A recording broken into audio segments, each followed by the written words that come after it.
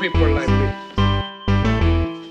You need people like me so you can point your f***ing fingers and say, that's the bad guy. That's the bad guy. That's the bad guy. That's the bad guy. That's the bad guy.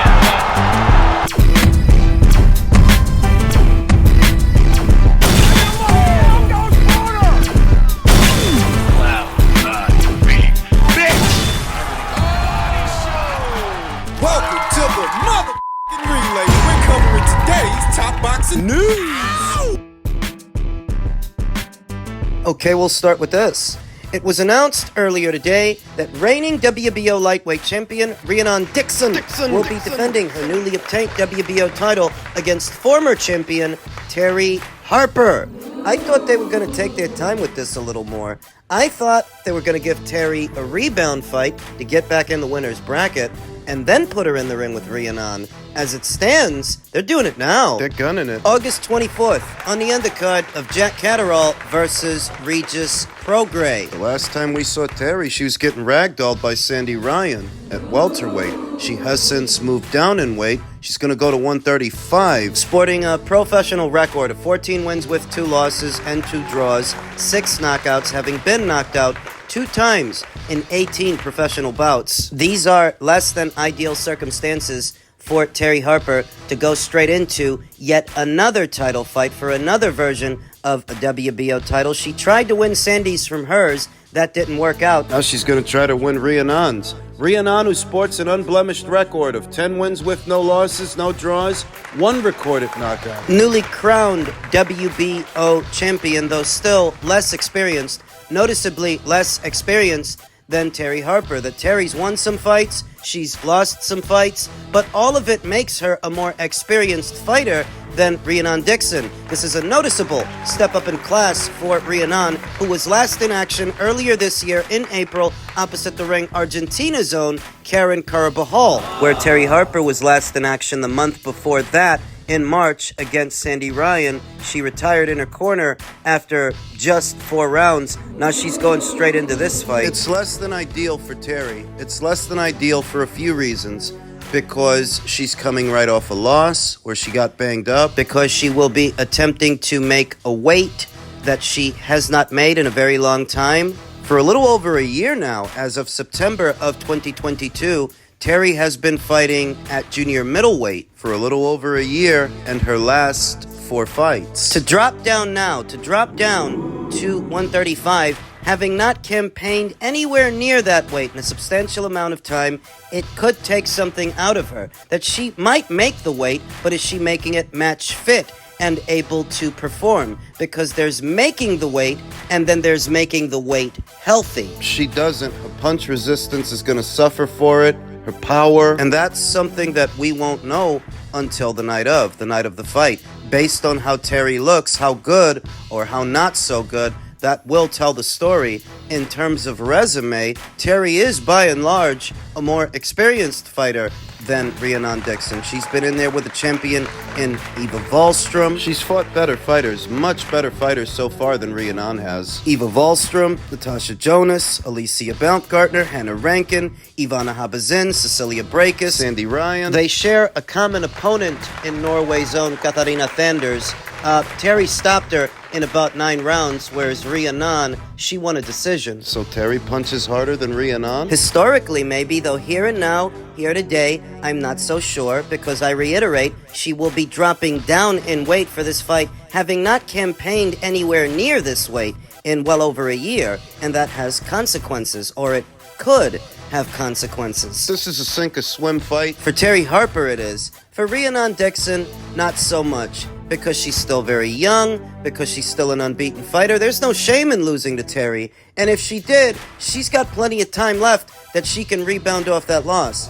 So for Rhiannon, it's not as devastating if she loses. But for Terry, that would be her 2nd loss back-to-back and her 3rd loss overall. She's already been knocked out by Alicia Baumgartner and Sandy Ryan. If she loses to Rhiannon, I think it hurts her a little more. I give the edge in experience and power to Terry Harper, and the edge in speed and athleticism rapid fire combinations to Rhiannon Dixon. They both have very good corners. Terry's got Steffi Bull. Rhiannon's got Anthony Crolla. This will be Rhiannon Dixon's first defense of the WBO title. You can tell they want things to get a bit more serious for Rhiannon, a late starter in the sport with no prior amateur experience outside of a few white-collar fights. Terry comes from a similar background. She's just more experienced as a fighter, more experienced in the pros than Rhiannon. And it is that experience that makes this a very intriguing fight and an even contest. That Rhiannon may be fresher and younger, but nowhere near as tested as Terry Harper. It's a 50-50 fight. It's a sink-or-swim fight. Survival of the fittest. The outcome isn't quite clear. But we'll talk more about it as the fight date approaches. Elsewhere in the world of boxing, Ryan Garcia reacted to the latest set of ballpark figures for Gervonta Davis's last fight, and he said, "My fight with Devin Haney did more pay-per-view buys than Davis versus Martin. Who you fight matters. This is why boxing demands the best fights happen." Does this mean Ryan Garcia has usurped Gervonta Davis as the face of boxing? No, because Gervonta Davis never was the face of boxing. What it does mean is that Ryan is closer to becoming the face of boxing than Gervonta, since his fight did better. Yeah, but Ryan Garcia had a more high-profile dance partner. He had Devin Haney. Yeah, and Gervonta Davis had David Benavidez on the undercard. That was the co-main event. You had him there to help sell it. And in the end, you still brought in less numbers than Ryan. Ryan Garcia, who said, fuck it. Garcia versus Haney did around 400 to 500,000 pay-per-view buys, and the numbers overseas were stupid. Ryan's pay-per-view did better than Gervonta's. Oh yeah, but Gervonta Davis beat Ryan Garcia, didn't he? He knocked him out. Doesn't that make him the face of boxing? No more than Dimitri Bivol is the face of boxing for beating Canelo Alvarez. Just because he won the fight doesn't make him the biggest draw or the biggest name in the sport. Dimitri is no more the face of boxing for beating Canelo than Gervonta would be for beating Ryan. That's not how this works. And even with that, some people are still struggling to wrap their mind around it. A subscriber here on the channel that goes by the name IG Illist said, sir, I'm just telling you something you couldn't possibly know. Every time Tank fights, massive amounts of so-called blacks watch. They watch, but do they buy? Unfortunately, they all don't buy the pay-per-views because we have fight parties and cram up in houses where we pay the owner a percentage to watch if he buys. Yet Canelo Alvarez's fans have fight parties too. Overall, he still sells more pay-per-views than Gervonta. I can promise you that a lot of so-called blacks were doing Juneteenth festivities that weekend, and we were fucking watching. I seen so-called blacks who didn't even know who Martin was supporting him as well while watching. Whoever they supported, it still sold less than Ryan Garcia's last fight, and it still sold less than Canelo's last fight. Everyone in and around the so-called black community were talking about the fight, not because we anticipated the matchup, but because we like Tank, and he gives us a chance to have a traditional fight party that we've always had around fights. Yeah, and Gervonta Davis's fans are not the only ones that throw fight parties. Because we've always been here. When Canelo fights, hell, I don't even see when anyone knows who the fuck Canelo is. Maybe you don't, but he still does more numbers than Gervonta. So maybe you're overstating the importance of what you do or don't know. If you guys insist he's big, and I see he's hit 1 million pay-per-view buys 3 times before, then I'll assume Mexicans maybe buy his fights. Mexicans among others, but more people, just more people overall than Gervonta. Because I don't know more than 3 people outside of the boxing world that even know who he is. Sylvester Stallone knows who he is. Have you ever heard of him, Sylvester Stallone? They did a commercial together. How come he didn't do a commercial with Gervonta? When he fought Floyd, they just called him a little white boy. Canelo can walk down any street in the world, not Mexico, and only hardcore fans would know he's somebody. Is that right? So how does Michael B. Jordan know who he is? Why was Canelo in the Creed film and not Gervonta if Gervonta is so famous? My point is, obviously somebody is watching him even if I can't see it. Same with Tank and you. But that doesn't apply to Canelo. That somebody's watching Canelo even if you can't see it. So-called blacks were enjoying festivities that week, and the Tank fight was part of it for many. You mean like so-called Mexicans were enjoying festivities on Cinco de Mayo? We were actually complaining because we didn't know where to find the fight. And yet you claim so many people saw it. Massive amounts. That's what you said. This Amazon Prime thing is new, and the adults who were paying didn't know anything about watching a fight on Amazon Prime. You know who else fought on Amazon Prime? Canelo in his last fight, and Canelo sold more pay-per-views in his last fight than Gervonta sold in his last fight on that same platform. This was a response, a lengthy one, to my previous video talking about the latest set of numbers. And you'll notice the number of times that this individual brought up race. Has to have been about 10 times. Because for this person, that's what it's about. That's what it's all about. Whereas for me, you do realize that I'm not actually Mexican. I'm Russian. Oh, fuckery aside, I'm not actually Mexican. Not that me being Mexican or me not being Mexican has anything to do with the subject at hand. The subject at hand is that Canelo sells more pay-per-views than Gervonta, irrespective of what my race is or your race is or ethnicity. It's a numbers game. You don't understand that? How does that escape you? That it's all about the numbers. It's all about what you generate at the gate, at the box office, irrespective of what you look like or what flag you fly. That's what it's all about. Now, which one of these two fighters holds the indoor attendance record in America? Canelo or Gervonta? Canelo. And which one of these two fighters is ranked as the top earning boxer in all of boxing on the Forbes list? Canelo. You understand that on the Forbes list, Gervonta Davis doesn't even come in as a close second or third. He's not even there. Canelo is. You understand that in order to make it on the Forbes list, you have to be one of the top earning athletes in all of organized sports, not just boxing. And Gervonta isn't there. Canelo is. You understand that in prize fighting, in order to be one of the top earners, you have to have the most customers, the most people that show up to be at your fight, the most people that pay to see your fight at home, at the box office. You understand that, right? I don't think she does, because she keeps talking to me about the color of Tank's skin as if that has fuck all to do with anything. This is why I say it's identity politics. There are people out there who cannot accept that the top earning boxer in the sport doesn't look like them, isn't even from the same country as they are. But no matter what, he's selling more. He sells the most. It's identity politics when you try to deviate from reality to carve out a special little lane where Gervonta is in the same league as Canelo. A fantasy. It doesn't matter what you, within your own isolated community, are talking about, because overall, Canelo appeals to a bigger community that buys more pay-per-views, than yours, that spends more money. And that's what it's all about. Do you think that you're the center of the universe or something? Do you? Or that any fighter that has something in common with you, that makes them the center of the universe? Does it? Because it doesn't. To some people, that's what this is all about.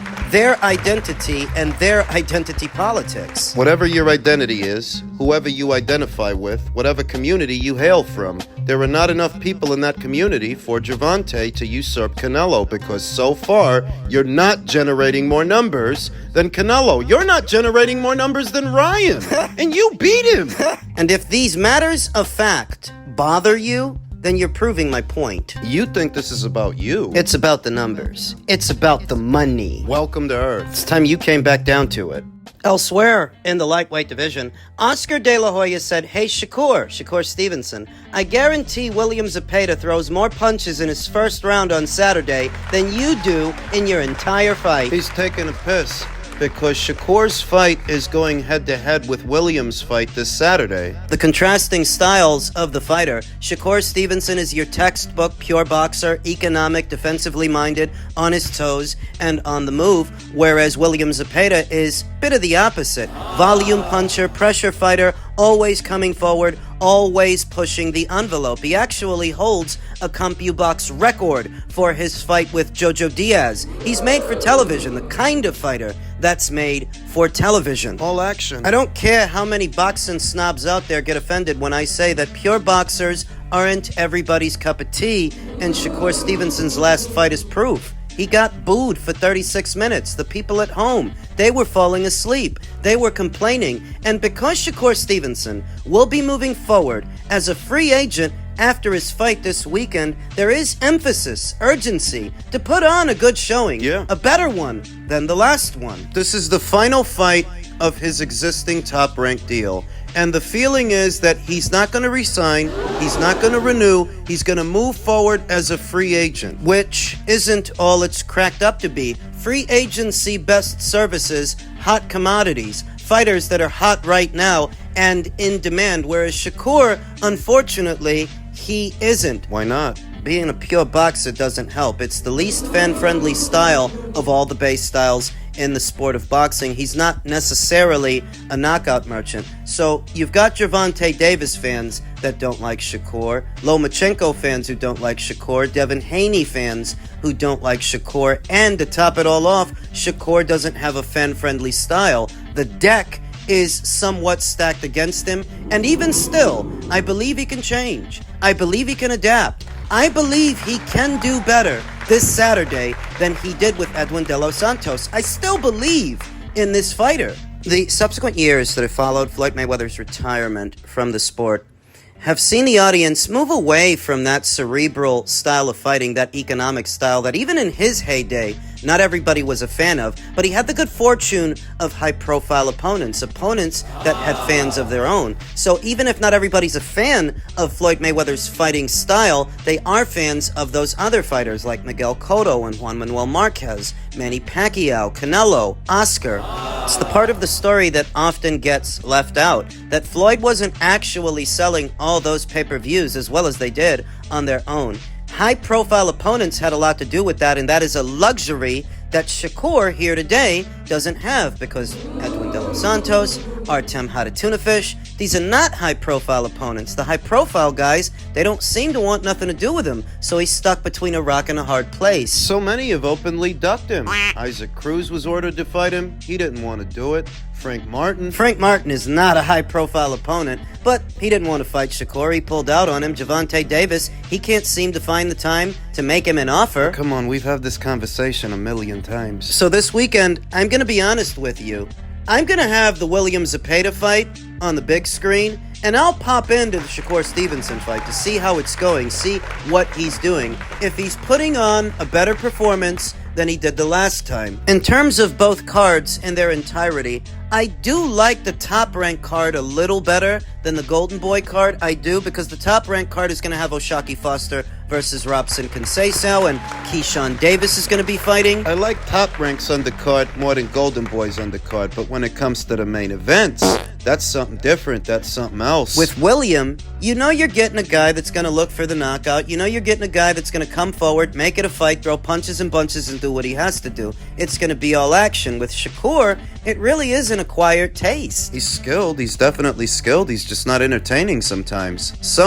And if it feels like so many people have been saying that for so many days, weeks, and months, it's because of the duration of time from one fight to the next. That these young fighters fight so infrequently, just 2 times a year, there could be anywhere in between 6 to 8 months between the fights. And that's all you have left to think about. The last time you saw him. Last time he didn't look so hot. Hopefully he'll look better this weekend.